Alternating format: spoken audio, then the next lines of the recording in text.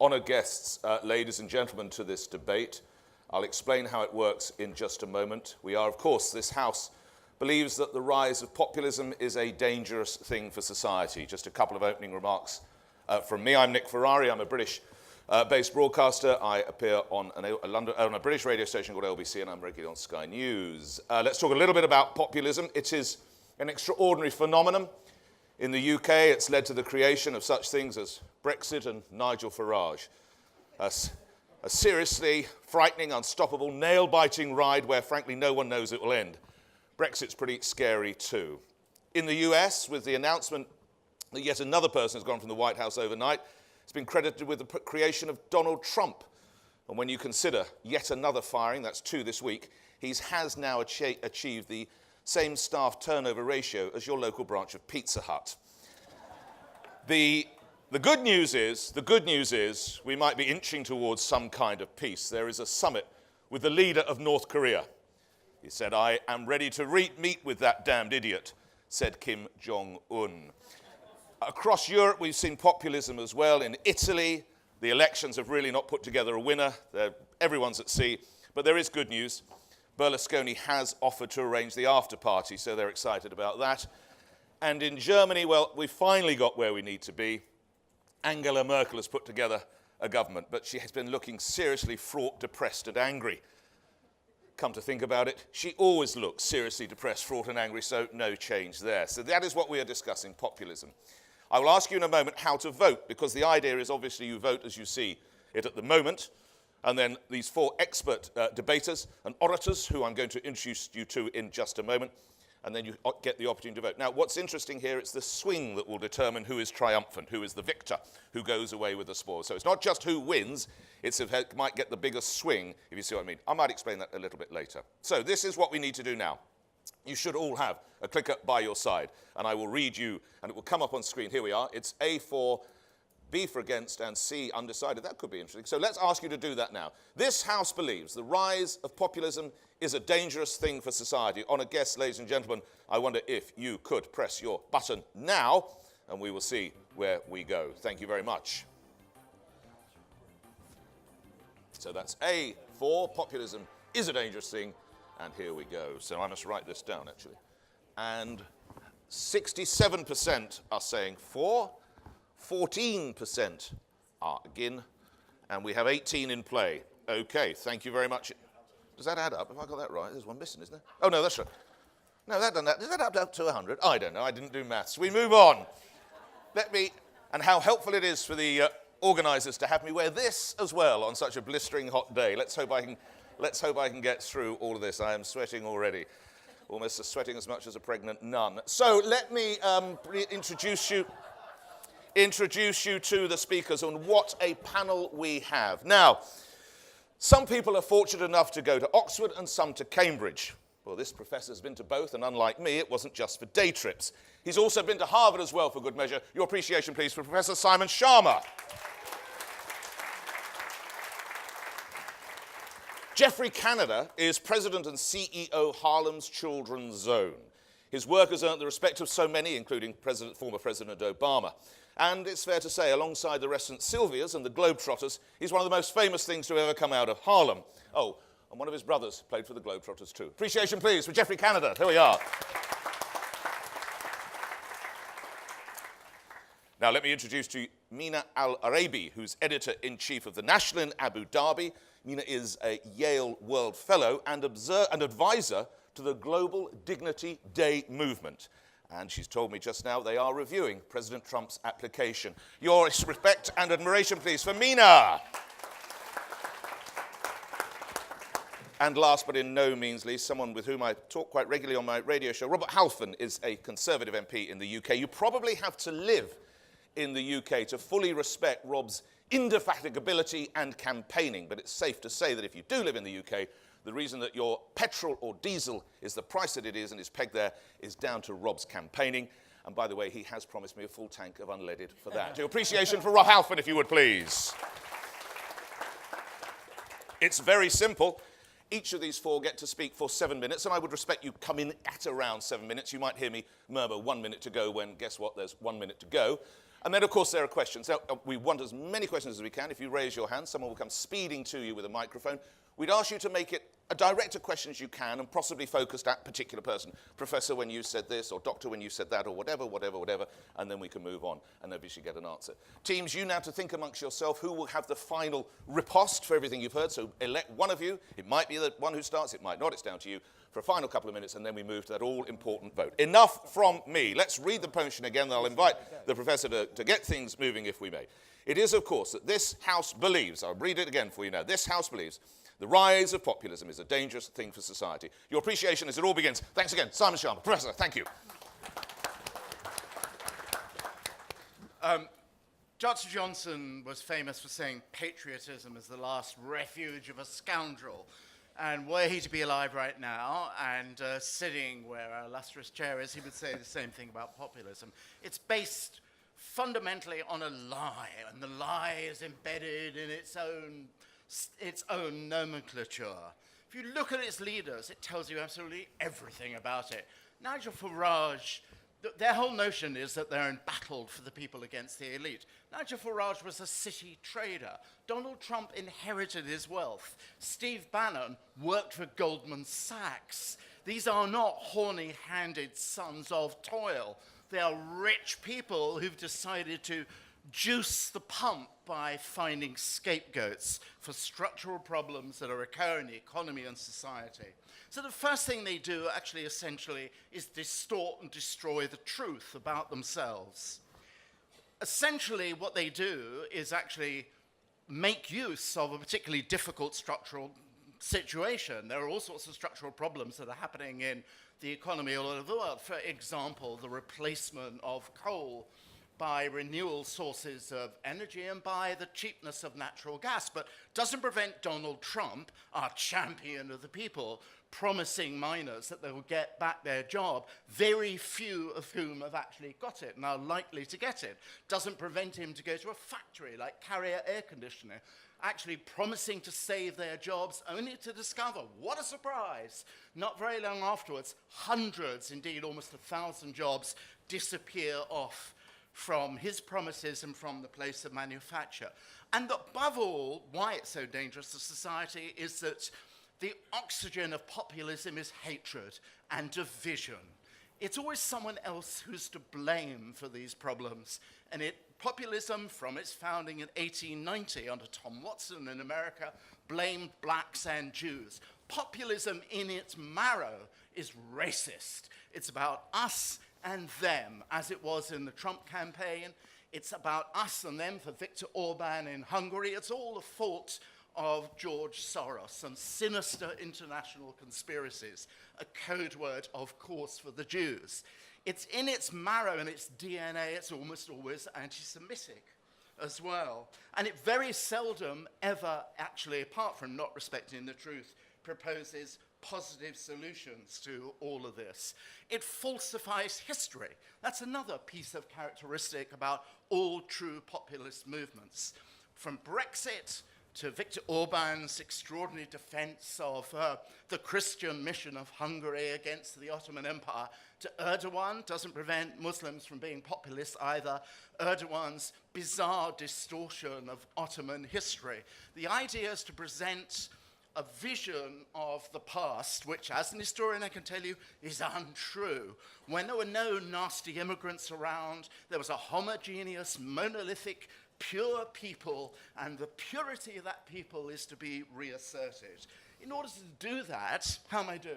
You're doing very well, sir. You have 3 minutes if you want it. Spectacular luxury. And guess what? And why actually it's wonderful to have, you know, a debate in this atmosphere of good humor. No doubt will go on. But it's not actually a funny situation we're in. Because actually populism's natural way of expressing itself is authoritarian. If you look at Salvini, who is the model of a populist in Italy, in the Five-Star Movement, Salvini is an unabashed admirer of Mussolini, as is Steve Bannon, who in the other day said, yes, that's really a guy's guy. And wow, this gives you a sense of the depth of populist philosophy.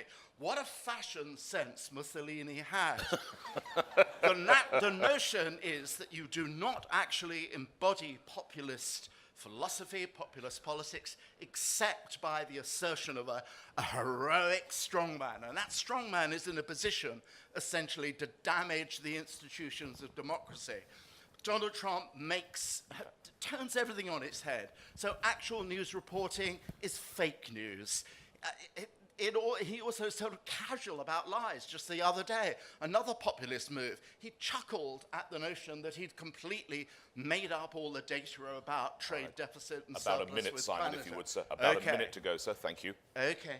So essentially what you have in populism is something precisely because from Duterte to Donald Trump to Salvini to Viktor Orban to Nigel Farage, wherever you look, it falsifies history, it trades in lies, it mobilizes the glee of hatred, as I called it this morning, and it is extremely sinister force because it persuades people to trade in democratic freedoms and democratic rights essentially for this nostalgic, fake view of recovering the people's will against the elite. Those who do so are almost invariably, like Nigel Farage, like Steve Bannon, from the very belly of the elite. And you, at this global educational forum, all of you are the enemy. Thank you very much, your appreciation, sir, Professor. A lot of enthusiasm even. It's based on a lie, its oxygen is hatred, it's racist, it's us and them, Mussolini, crazy guy, but a nice line in suits. Let's go to here against them and welcome Geoffrey Canada. Jeff.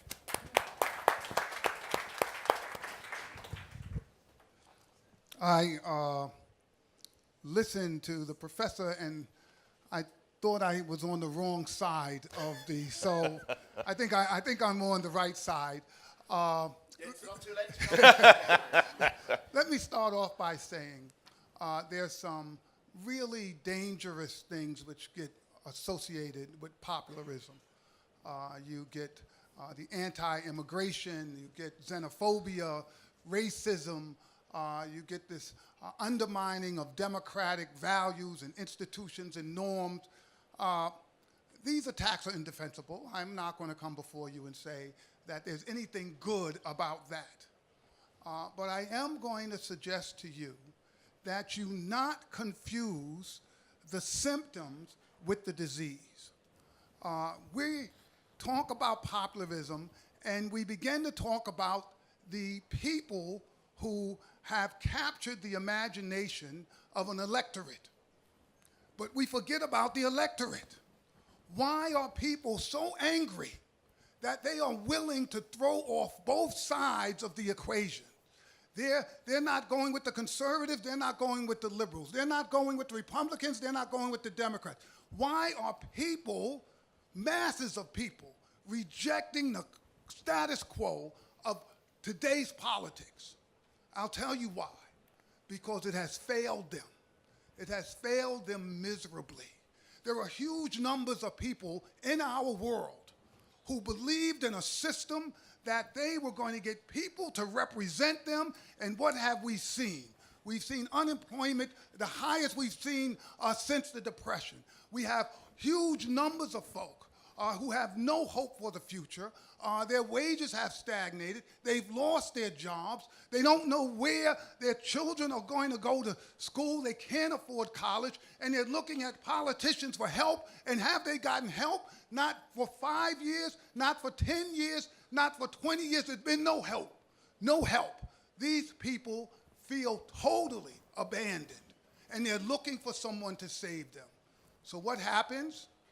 You get someone who begins to speak to them, to say, I understand you, I'm going to help you, I am here for you, and they vote for that person. Now, some of you are thinking, geez, Jeff, did you vote for Mr. Trump? No, I didn't. But do I know why millions of Americans did? I do. I do. Because on both sides of the aisle, Republicans and Democrats, they had no idea what was going on in the heartland of America. They understood what was going on the West Coast. They understood what was going on the East Coast. But for huge numbers of people, they had no idea that they had lost the American dream. They felt that there was nobody speaking up for them. So when that happens, you end up with popularism. People begin to say it's their fault, and everybody says, finally, somebody's telling me what an answer is. So what's been going on in our world? The USA Today reports that there's a new billionaire every other day. The top 3 highest earners in the United States have more wealth than the bottom 50% of Americans. You look at the world, global wealth, 82% of all the global wealth that was developed over the last year went to 1% of the people. Now, what do you think? The people don't understand what's going on?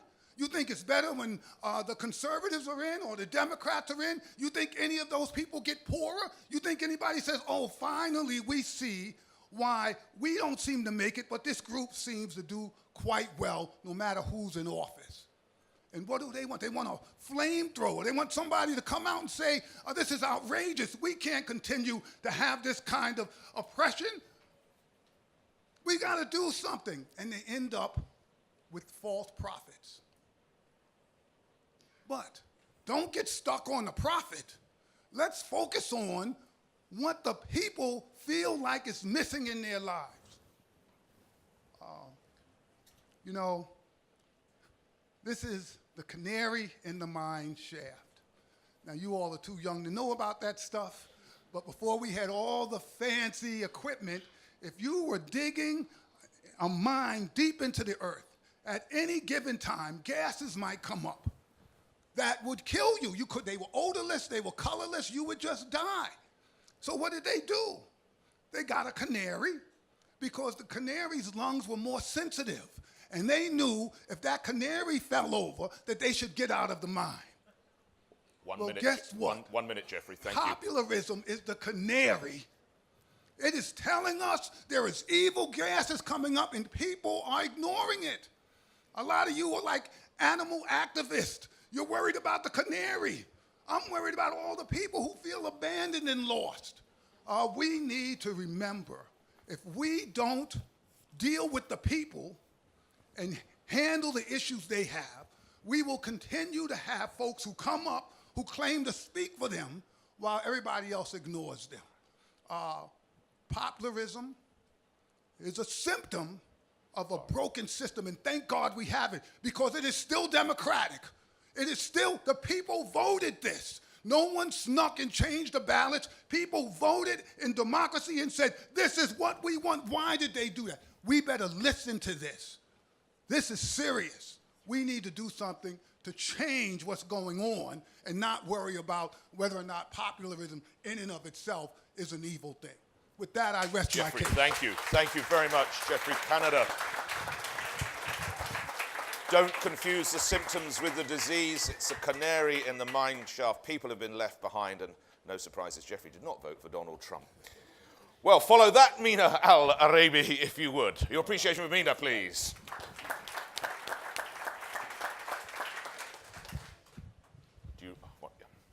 The short person's always left out. We need to have a debate on that. Please remember what we're debating here. Please remember the point. Is it about, is our system perfect? Have the elites delivered? Are people happy with the system? That's a completely different debate. And the honorable gentleman made a very strong point, saying that there are these ills and there are these problems, and we would be wrong and ignorant to ignore them.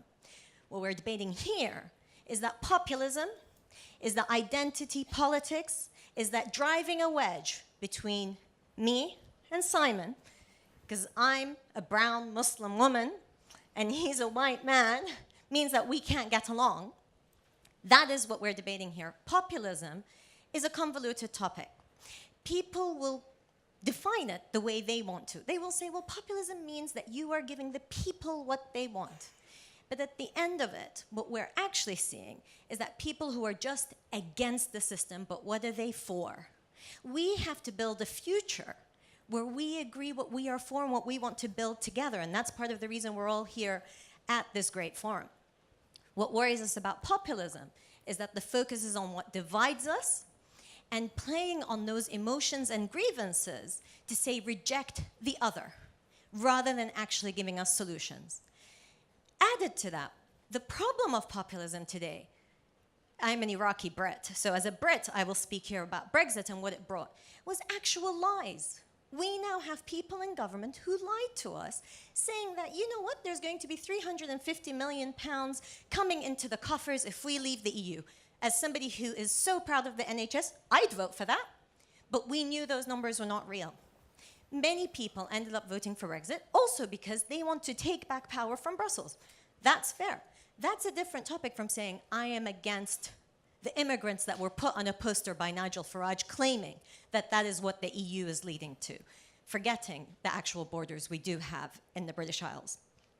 Another point for you to think about as you come to vote and make sure that Simon and I leave here as winners of this debate, but also as you go back to your own countries and look at the person who's sitting next to you on the bus or who's crossing the road. If we fall prey to populists, we will all here sitting together reject the idea of a global citizenship. Now, we all have to think local, we have to care about our streets and schools, but we also have to think of this globe and where we're going. If we let populists make us believe that we can only care about our small little locale, the future is not bright. 2030, those sustainability development goals are all out the window because we will only care about our little turf, and that is how we will destroy society, but we can also destroy the world. I would ask you to think about accountability. Populists, for example, the Five Star Movement, who were able to play these Italian elections brilliantly, said that actually they would deal differently from the deficit. However, they just announced yesterday they will shelve plans to raise the budget deficit, just like that.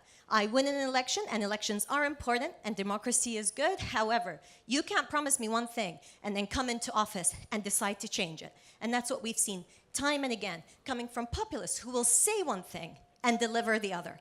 So you must vote with that in mind. Saying what I want to hear is different from delivering what I actually need. And that's what we need to work on. Again, the system is not great, but if we want to take down the system, we have to give a better alternative. Not to me, but to the 3-year-old and the 2-year-old who don't control the voting ballots, but will reap the results of what populists actually bring. There's a concern that experts, elites, people who may actually study or prepare for coming into government are all bad. We're going to use the same brush to speak against them all. If that's the case, next time you have a toothache, you know your tooth hurts. You know there's something that needs to be fixed. Are you going to go to the learned person who can actually be your dentist? Or are you going to trust me to bring a pair of pliers and figure it out as I go along? We cannot afford to have people to learn on the jobs, but we have to encourage people to come into politics, not based on populism, but to come into politics based on how we can fix the system. So my urge to you is, as you're thinking about this discussion, is not to brandish people who talk about the problems of society and the political system as populists as such, but to actually think who are the new faces and the new voices who are bringing realistic solutions to our very terrible problems. I rest my case. Thank you very much. Thank you. Thank you, Mina. Mina, a natural-born broadcaster, coming in bang on 7 minutes. I'm very grateful to you. Thank you. Now, for the final speakers, then remember, it's your opportunity to put your questions. Give us your name and a brief question and target if you would. Appreciation now, please, for Robert Halfon. Robert. I have to say it was good to hear Simon Schama speak this morning in a brilliant speech. I was interested that his opening remarks were saying, I'm glad to be in a room full of teachers, but not of bankers. And I thought populism is okay as long as it's your kind of populism. Now, we can spend all day arguing the semantics of what exactly populism is, or how these people have gotten away with it. We can occupy ourselves wringing our hands, frowning, tutting, and eye-rolling in response to the stupidity of the people who voted for these dangerous demagogues. There's been plenty, and examples have been cited around the world, and it rumbles on. But the debate of what populism is or isn't possibly less important than looking at the politicians and policymakers who now find themselves on the outside. Just perhaps the current and past populist movements have an uncomfortable truth to present to us all. Obviously, it's far easier to think that if the hordes aren't bright enough to see the wisdom of our ongoing statistically proven policies and social models, then they must be simply easily led, or at worst just stupid racists, or even ridiculous, misguided, idealistic leftists. But if as a politician you don't believe any of that, as a politician, if you really believe any of that, then you absolutely do not deserve to be elected. The leader of the Liberal Democrats in the UK said recently about Brexit, too many were driven by nostalgia for a world where passports were blue, faces were white, and the map was coloured imperial pink.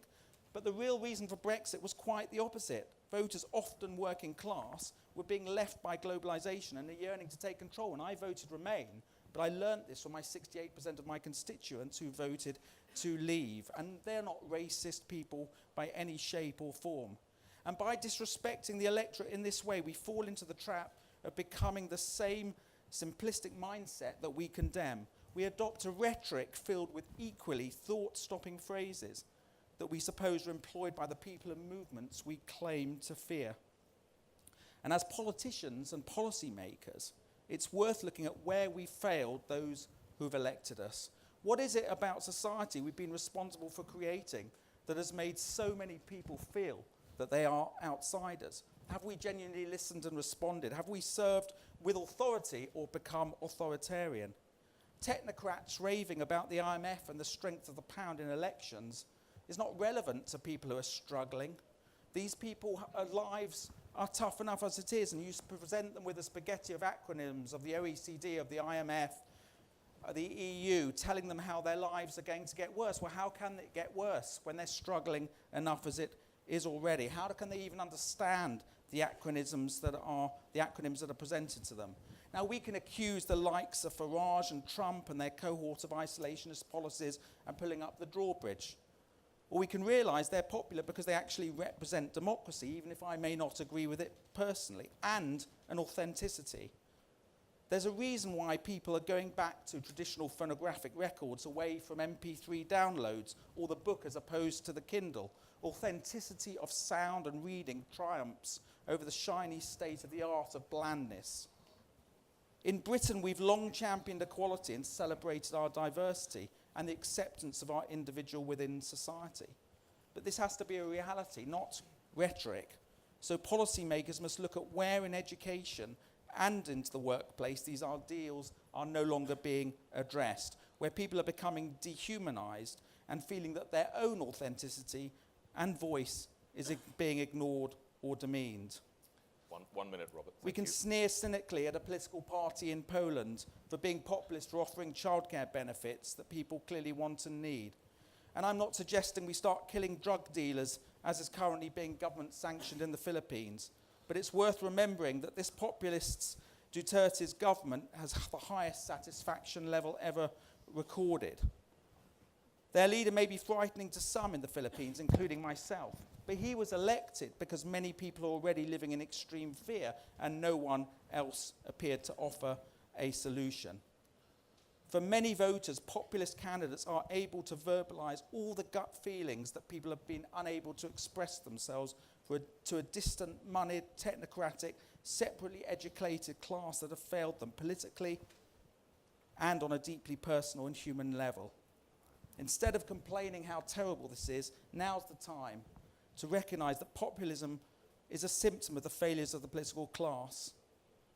Just as the progressive feminists of the 1970s stated, the personal is political, we as politicians need to understand and not forget that the political is personal.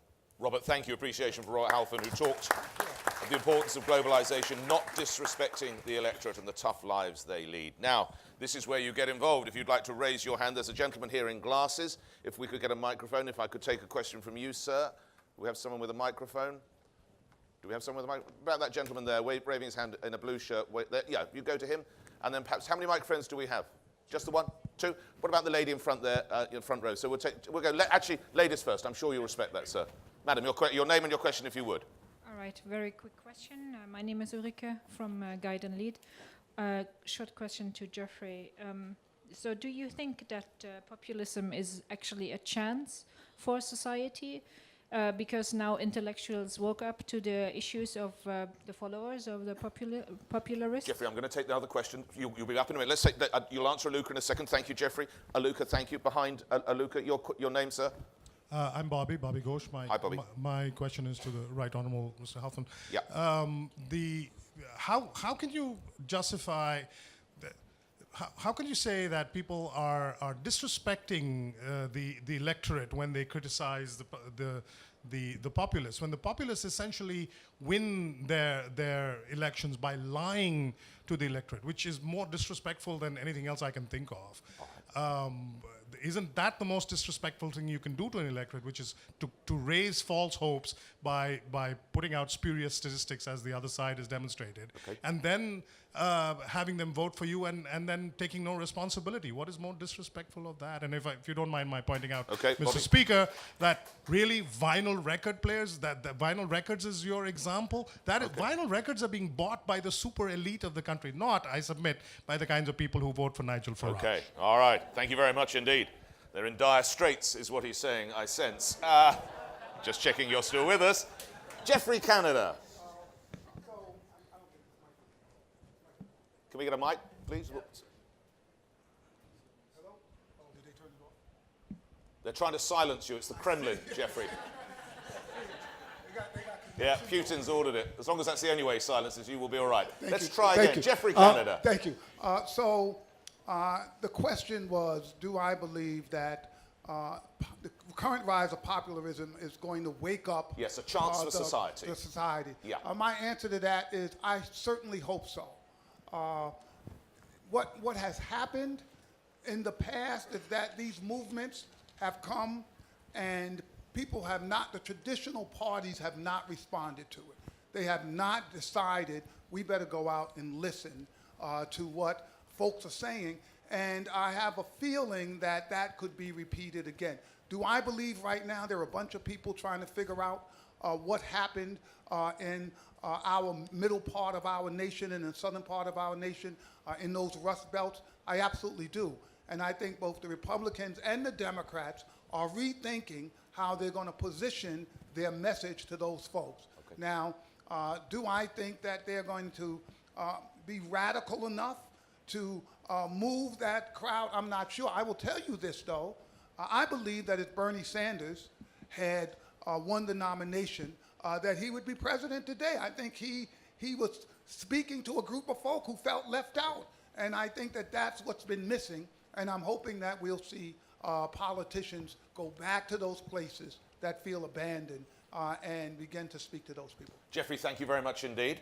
If you'd pass the mic to Robert Halfon, Thank you. The idea lying to the electorate and your record collection, if you would, please. Well, thank you. First of all, there were, on both sides, there were figures given out in the referendum debate that are highly questionable. We were told we were going to be in Great Britain in deep recession, unemployment would go up. Actually, we've had growth and unemployment has gone down. And the key thing, and this is from someone who voted Remain because I believe in an alliance of democracies, the key thing was taking control, that the NHS argument was not a lie, because what they were saying is that if the money comes back to the United Kingdom, then Britain will decide how that money is spent and hopefully we'll spend it on the National Health Service. The record example was just one example that I was giving, but my key point is about authenticity.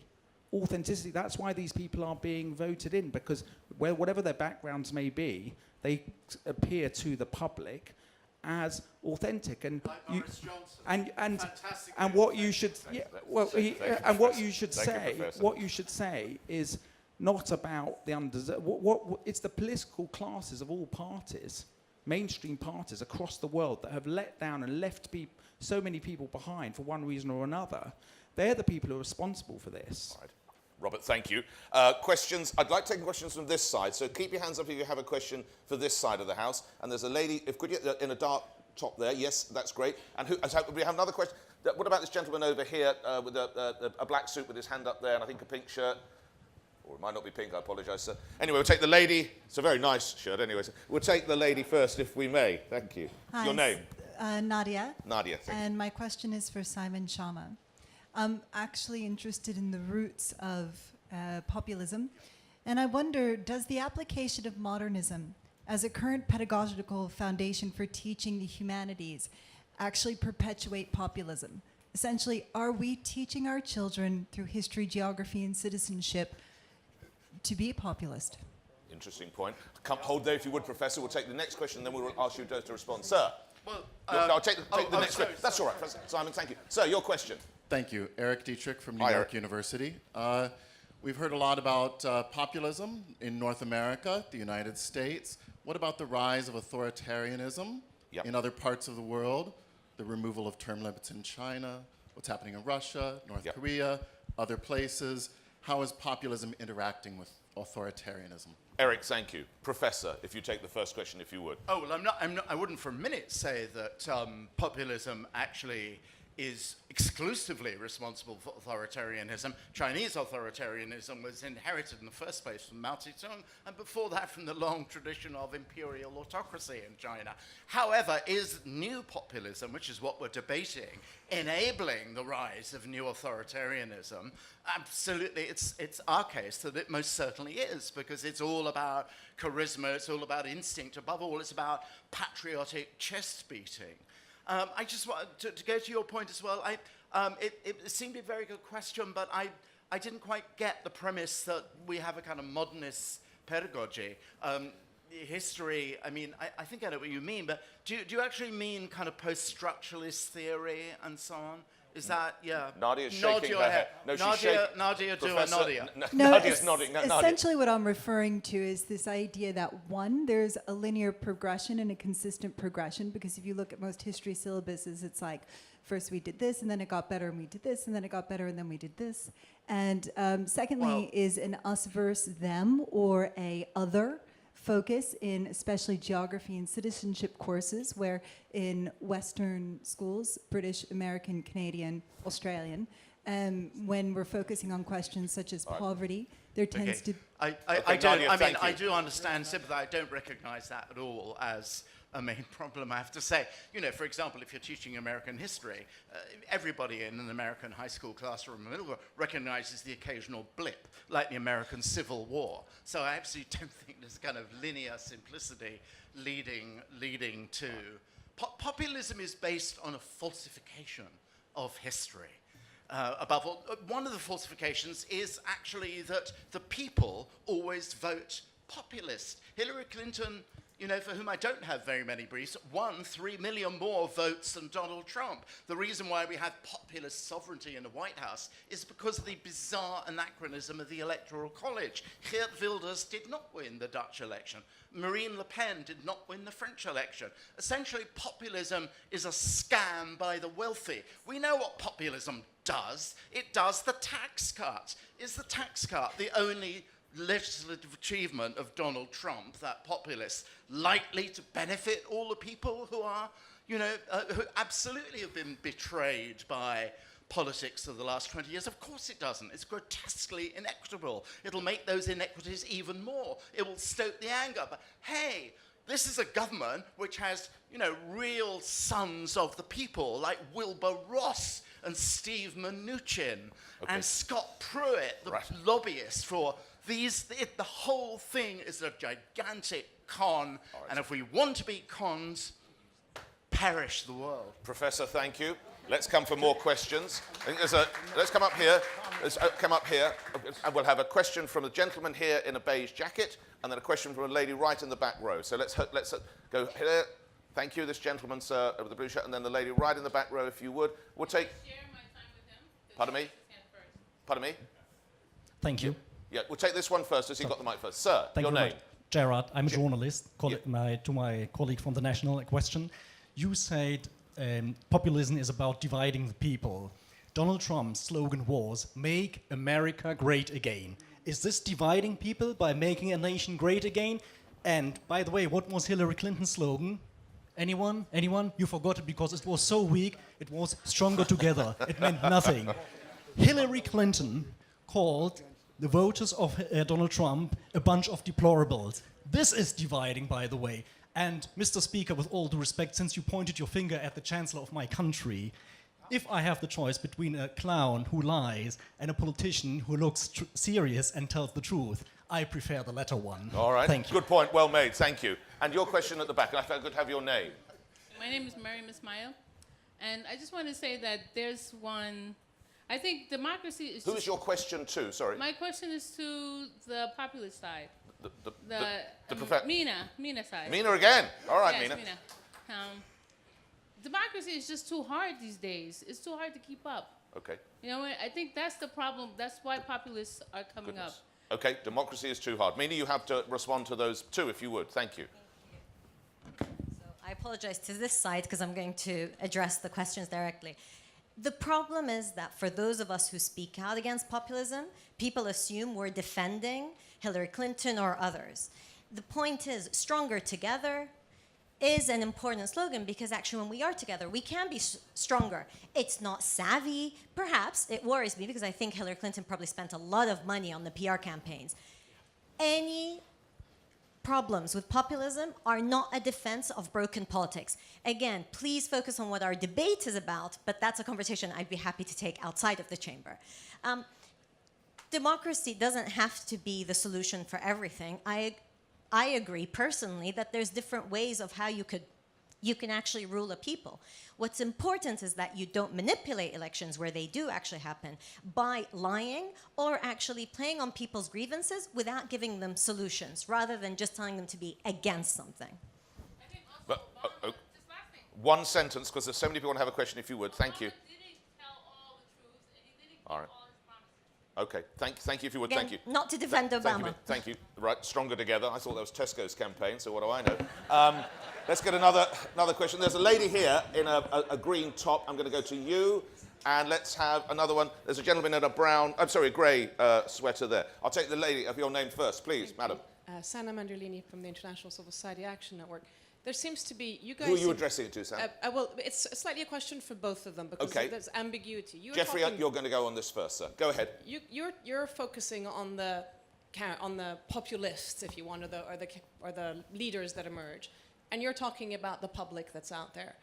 But if we think about populism in its wider sense, we had the largest demonstrations, women's marches in the world after the Trump elections, and 2 years in a row. We've just had 1 million kids on the streets of the United States against gun violence. So does that count as populism as well? Isn't that an element of the public emerging with its own leadership? Is that something that is, how do we define that? Because that's also Geoffrey, hold that thought. This will be the final question, sir. Your name first, if you would. Julian Baggini, this one's for Geoffrey Canada as well. Because everything you said, Geoffrey, is exactly right, don't you agree that you have to vote with the opposition?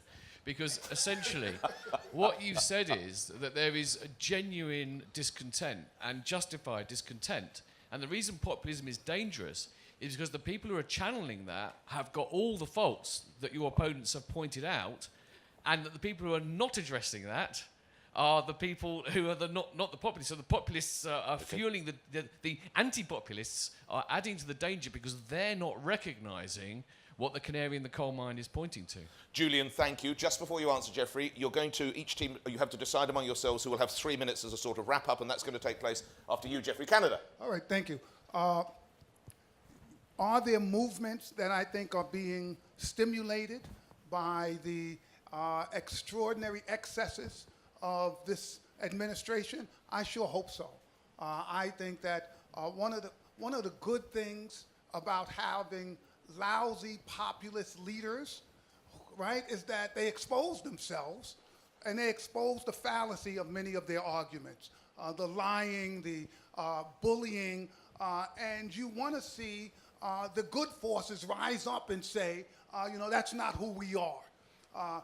Sometimes I think we have to take a hard look at ourselves and say, you know what, that is part of who we are, because 35% or so, no matter what happens, they tend to stay with the president, no matter how outrageous some of these things are. But the hope is that democracy will spring a new movement where people reject these ideas and come out in massive numbers, which are the only thing that influence politicians to decide maybe there's a crowd, I better go and get in front of them so I can act like I'm a leader. So I think that's part of the challenge, and some of us who are activists, I think we have to take advantage.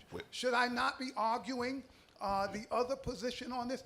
I'm actually being honest when I say that I think that the politicians, I can speak more clearly for the United States than other countries, that there's a whole vast group of folks in this country who they feel ignored, people don't talk to their issues, and I worry if we don't do something, that it's going to get worse than that, than just populism. Thank you very much. I have to stop you there because we're already over time. As you select who's going to speak first, you have a sentence, and it has to be a sentence, Mina, otherwise I'm going to have to bang this. The fear from populism is that people like Donald Trump may stop those walks and those incredible campaigns that are happening on the street from ever happening. That's the slippery slope. All right, Mina, thank you. Now, I look to you, Professor. I don't know whether you are summing up, but you have about 2 to 3 minutes. Yes. Sum up. Thank you, Professor. Even less. You know, we actually, a debate is always good if actually we disagree about everything, but we don't. We actually agree that all sorts of problems have happened. The question is actually whether populism or whether anti-populism is more likely to address all these issues of alienation and neglect and so on. And one has to actually remember that at the end of the administration before Donald Trump, unemployment was actually down to about 5%. So the notion, this kind of extraordinary, kind of paranoid, apocalyptic image of American carnage, we've seen what American carnage is really like, was a kind of manipulation. It was another kind of lie. It's very, very simple. Populists want someone to blame for this. They want immigrants to be blamed for it. Very often they want Jews to be blamed for it. They want other foreigners, faceless bureaucrats in Brussels. They want someone to scapegoat. They don't have solutions. When they get the chance to actually have solutions, it invariably is for the rich. It's for those who actually caused the problem in the first place. If you want to see what populist legislation looks like, look at the tax reform in the United States. If we all agree that there is distress in the world and alienation from the political system, you have to choose between a fantasy and hard work. And we are on the side of hard work and against charismatic snake oil salesmen. Thank you very much, Professor. And to wrap up the case against the motion, and the last speaker we'll hear, it's Robert. Okay, Robert Halfon. Thank you. I think the lady over there had a very important point when she talks about the Women's March and the gun control march, because that is a form of populism. I mean, this is the whole issue with this debate. Populism are things that are popular. That's why, as I said at the beginning, to Simon, he's a populist too because he wanted to have a bash at bankers.